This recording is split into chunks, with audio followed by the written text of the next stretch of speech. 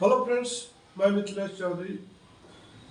कल मेरे पास एक कॉल आया था ब्राइट्स रबर प्रोडक्ट कलकत्ता से। ब्राइट रबर प्रोडक्ट कलकत्ता से मेरे पास एक कॉल आया था कि सर हमको आपका पीएचआर वाला वीडियो देखा तो हमें एक डाउट है, हमको एक थोड़ा सा आपसे हेल्प चाहिए। तो क्या हेल्प चाहिए? तो उनको बोला आप क्या हेल्प चाहिए आपको। तो प्राइमरी एक्सीलेटर क्या है सर और सेकेंडरी एक्सीलेटर क्या है उसके बारे में जानना चाहता हूँ।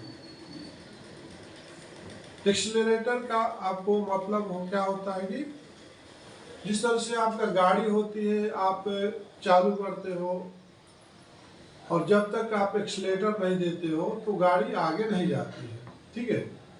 उसी तरह से रबर में भी आप जैसे कंपाउंड बनाते हो, जैसे फर्स्ट क्या आप कंपाउंड बनाते हो कि प्राइमरी, जैसे पहले आप क्या डालते हो, प्राइमरी एक्सीलरेटर ही डालते हो। जैसे आपका आरएम रबर का कंपाउंडिंग करते हो तो उसमें फर्स्ट आप जिंक ऑक्साइड डालते हो 5 pHr कॉमन। 5 pHr कोई भी पॉलीमर में आप बचे, चाहे NaR बनाओ या NBr बनाओ, SBr बनाओ, मतलब कोई भी कंपाउंडिंग आप करते हो तो उसमें आपको आपको केवल आपको इसमें नहीं डालना होता है। जैसे आपका हाइपोलर रबर में नहीं डाल सकते हो, सिलिका पाउडर में नहीं डाल, सिलिका रबर सिलिकॉन रबर में नहीं डाल सकते हो, और आपका हाइपलर में नहीं डाल सकते हो, सिलिकॉन में नहीं डाल सकते हो, न्यूब्रिन में नहीं डाल सकते हो। तो प्राइमरी एक्सीलेटर जो है, रिमेनिंग जो आपका रबर होता है, जैसे कि आपका ईपीडीएम हो गया, नेचुरल रबर हो गया, एसबीआर रबर हो गया, नाइट्राइल बुटाइडिन रबर हो गया, ये सारे पीबीआर रबर हो गया। इसके बाद आपका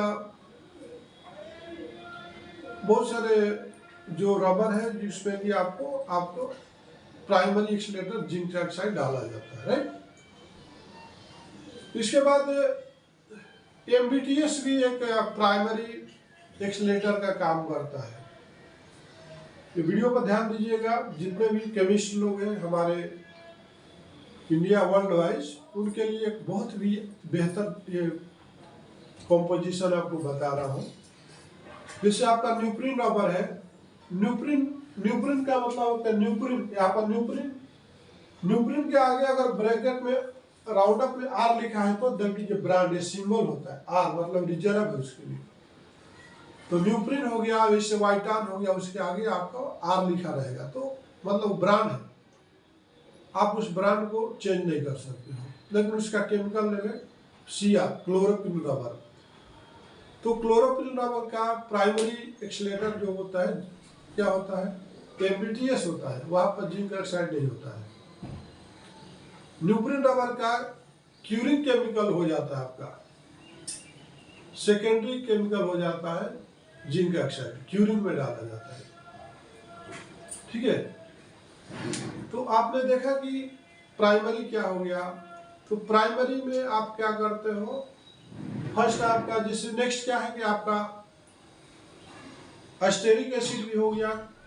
जैसे आपका जितना भी नेचुरल रबर है, एसबीआर रबर है, और सिलिकॉन रबर, हाइपोलर रबर और वाइटान रबर को छोड़कर बाकी रबरों में अस्टेरिक एसिड आपको 1 से 1.5 pHr डालते हैं। वो भी आपका प्राइमरी एक्सीलरेटर है जो कंपाउंड को बूस्ट करता है, ठीक है, प्रोसेस को आगे बढ़ाने में हेल्प करता है। अब चलिए हम आपसे बात करेंगे कि सेकेंडरी एक्सीलरेटर क्या है, सेकेंडरी क्यूरिंग केमिकल क्या है। तो अब हम आते हैं, जैसे आप मास्टर पहले बैच बना लेते हो सारे इंग्रेडिएंट डाल के, लेकिन जो फाइनली जो एक्सीलरेटर होते हैं, क्यूरेटिव होते हैं, वो आपको जब आपको सप्लाई देना होता है जब आप डालते हो। तो सप्लाई देने के टाइम में आपको क्या क्या डालना होता है, जैसे कि आपको एमबीटी ले सकते हो, एमबीटीएस ले सकते हो, और सीबीएस ले सकते हो, और जेडीसी ले सकते हो, जेडीबीसी ले सकते हो, और इस तरह से बहुत सारे आपका प्राइमरी सेकेंडरी एक्सीलरेटर हो गए। तो सेकेंडरी एक्सीलरेटर कौन सा केमिकल को कहाँ पे यूज करना चाहिए, बहुत आपको इम्पोर्टेंट मायने रखता है। जैसे एमबीटी जो होता है फास्ट क्यूरिंग होता है, उसको जल्दी आपको कुछ मोल्डिंग आइटम यूज किया जाता है, जैसे तुरंत आप लगाएंगे तो तुरंत वो अपना काम चालू कर देता है। उसका जो मेल्टिंग पॉइंट ज़्यादा होता है, कम होता है, जैसे 120 पर मेल्ट हो जाएगा। तो जो जल्दी मेल्ट होगा जल्दी रिएक्शन करेगा, और जो ज़्यादा देर में मेल्ट होगा, ज़्यादा डिग्री टेम्परेचर पर मेल्ट होगा, वो कम धीरे धीरे एक्सलेट काम करेगा। जैसे एमबीटीएस का 140 डिग्री पर मेल्टिंग होता है। एमओआर है, वो भी बहुत स्लो में काम करता है, कंपाउंड को खराब नहीं होने देगा। और बाकी आपका सीबीएस जो आप कहाँ पर डालना चाहिए, जैसे कि आपका स्टीम से जहाँ पर आप कंपाउंड बनाते हो, ध्यान दीजिएगा, जहाँ कंपाउंड बनाते हो और आपको स्टीम में क्यूरिंग करना है, एक तो हीटर क्यूरिंग होता है, क्यूरिंग दो सिस्टम से ही तो होता है, एक तो होता है स्टीम क्यूरिंग, एक होता है हीटिंग क्यूरिंग, और एक फर्नेस ऑयल क्यूरिंग होता है। हमारे इंडिया में 3 तरह के क्यूरिंग सिस्टम है, वल्कनाइजिंग सिस्टम है। जैसे होज पाइप वगैरह बनाते हो तो स्टीम क्यूरिंग बनाते हो, जो पानी को गर्म करके स्टीम निकाला जाता है। दूसरा क्या है, आपको थर्मो ऑयल से भी आपको हीटिंग किया जाता है, और एक होता है करंट से हीटिंग करके भी आपका प्रोडक्ट बनाया जाता है। तो आपने देखा कि एमओआर एमबीटीएस बोले तो बहुत ही स्मूथली लेके जाता है, नुकसान नहीं करने देता कंपाउंड को। वहीं पर जब आप एमबीटी आप यूज करते हो तो फास्ट करता है। क्या करता है, एमबीटी बहुत फास्ट करता है। अब इसके बाद क्या करना होता है, जैसे आप कोई मोल्डिंग प्रोडक्ट बना रहे हो, तो मोल्डिंग प्रोडक्ट में सेकेंडरी क्यूरिंग केमिकल जो होता है, एक्सलेटर जो होता है आपका टीएमटी होता है, बहुत डेंजर केमिकल होता है, उसका रेट भी कम रहता है, और उसको 0.03 ऐसा आपको यूज करना होता है, 0.1। और एमबीटीएस एमओआर सीबीएस आपको 1 से 1.5 पीएचआर तक यूज कर सकते हो, right, depend of the compound. तो हमारे ब्राइट रबर प्रोडक्ट वाले कलकत्ता साहब के लिए अगर ये वीडियो आपको एनफ नहीं और भी आपको एक्सप्लेन कर देता है, और आपके थ्रू बहुत लोगों को मैंने अपने वीडियो के माध्यम से ऑल ओवर द इंडिया, यहाँ तक कि हमने मलेशिया तक के लोगों को भी सजेशन दिया हो, और हमारे पास कमेंट बॉक्स में आते रहते, व्हाट्सएप में आते रहते, सर को ये हेल्प चाहिए। तो मैं मिथिलेश चौधरी जितना जानता हूँ उतना आपको बताने के लिए, अगर हमारे बताने के माध्यम में अगर कुछ त्रुटियां होती होगी, कुछ मिस्टेक होती होगी, तो आप कमेंट बॉक्स में जरूर लिखिएगा। और जब हमने आगे सामने कोई प्रॉब्लम आती है तो मेरे को बहुत अच्छा लगता है कि कोई तो है हमारी गलतियों को देख पा रहा है, और जब गलतियां हमें नजर आती है तभी हम लोग अलर्ट होते हैं, भाई हमको आगे ऐसा अलर्ट होना चाहिए, राइट। तो देखिए अब आगे क्या, टीएमटी के बारे में समझ गए। इसके बाद आपका जो आता है सल्फर, एक बहुत लो कॉस्ट मटेरियल है, जिससे आज के डेट में मेरे को लगता है 20-25 रुपया किलो होगा। टीएमटी आपको करीब आज के डेट में 160 ऐसा ही होगा, और एमबीटी सेमोर ये सब करीब 200-250 रुपीज़ केजी के आसपास होगा।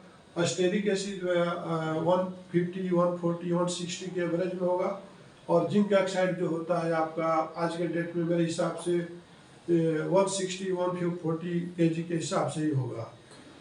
तो देखिए मैं तो परचेज का नहीं हूँ, लेकिन पहले के रेट के हिसाब से आपको बता पा रहा हूँ, और उससे परचेज से और उसका कास्टिंग से मैं आज बहुत दूर हूँ, फिर भी आपको अप्रोक्सीमेटली आपको रेट बता दिया, इसमें मिस्टेक भी हो सकता है। अब आगे हम चलते हैं कि जैसे कि आप मान लीजिए कि आप रबर में बहुत सारे रबर आप बनाते हो, तो हर जगह पर हर चीज़ का जरूरत नहीं पड़ता है, ठीक है ना।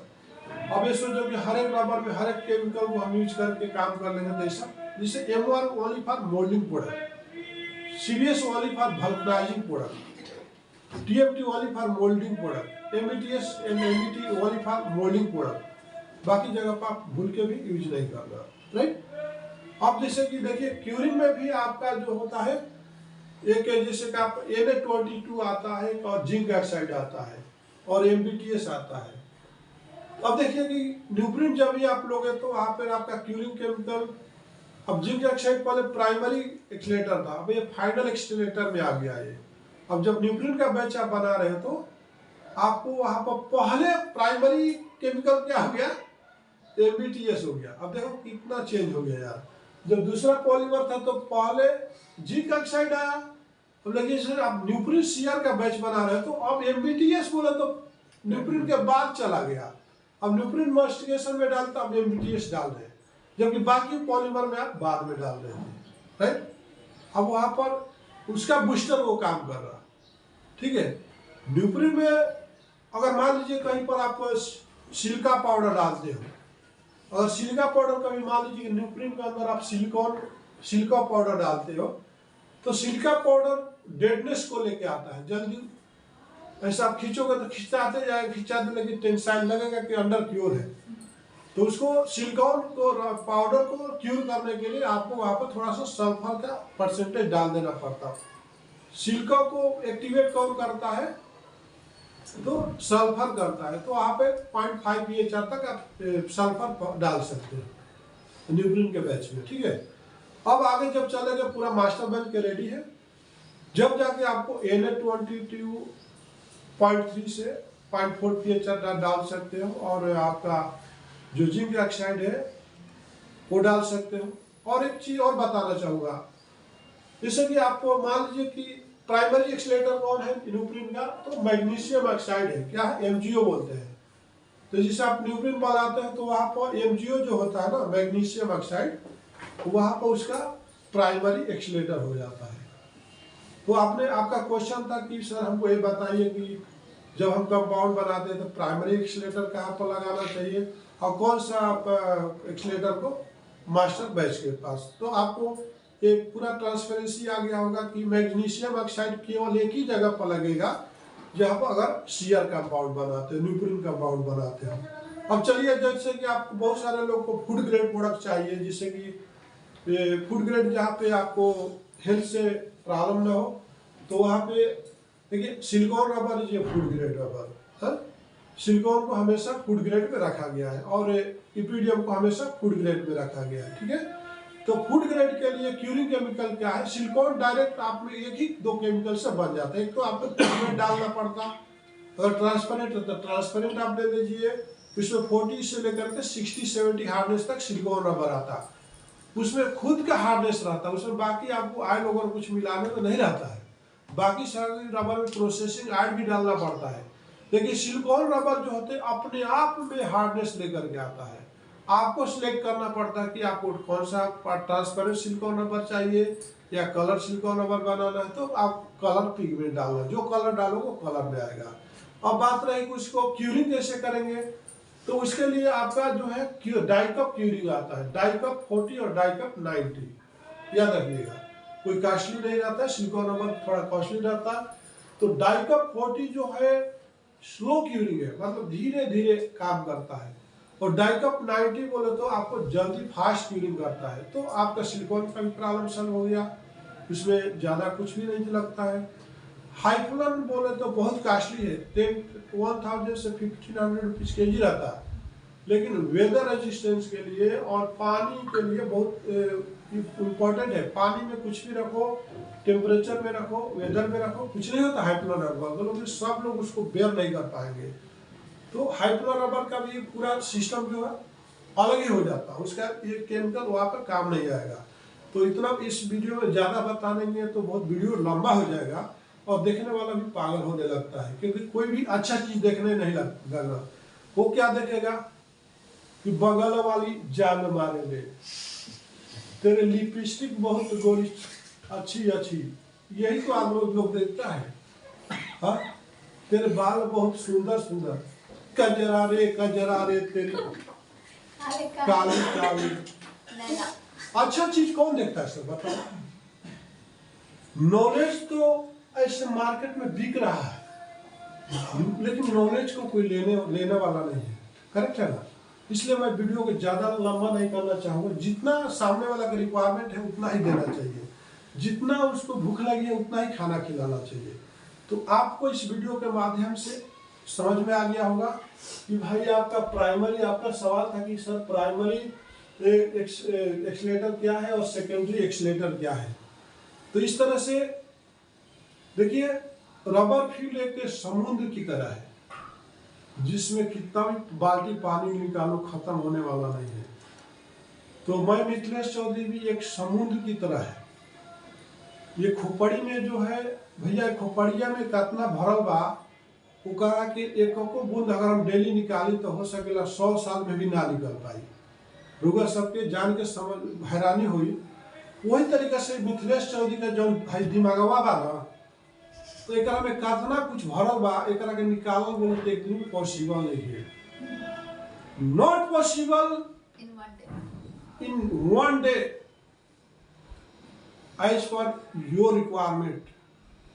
So please subscribe this YouTube channel if you want to better knowledge, you want to more knowledge. अगर आप ज़्यादा से ज़्यादा नॉलेज जानना चाहते हो तो आज ही नहीं, कभी नहीं, इसी वक्त इस चैनल को सब्सक्राइब करोगे तो मैं बोलता हूँ, मैं आपको घर बैठे बैठे आपको रबर का किंग नहीं बना दिया, आपको केमिस्ट नहीं बना दिया, तो मेरा नाम ही मिथिलेश चौधरी नहीं। नमस्कार, धन्यवाद।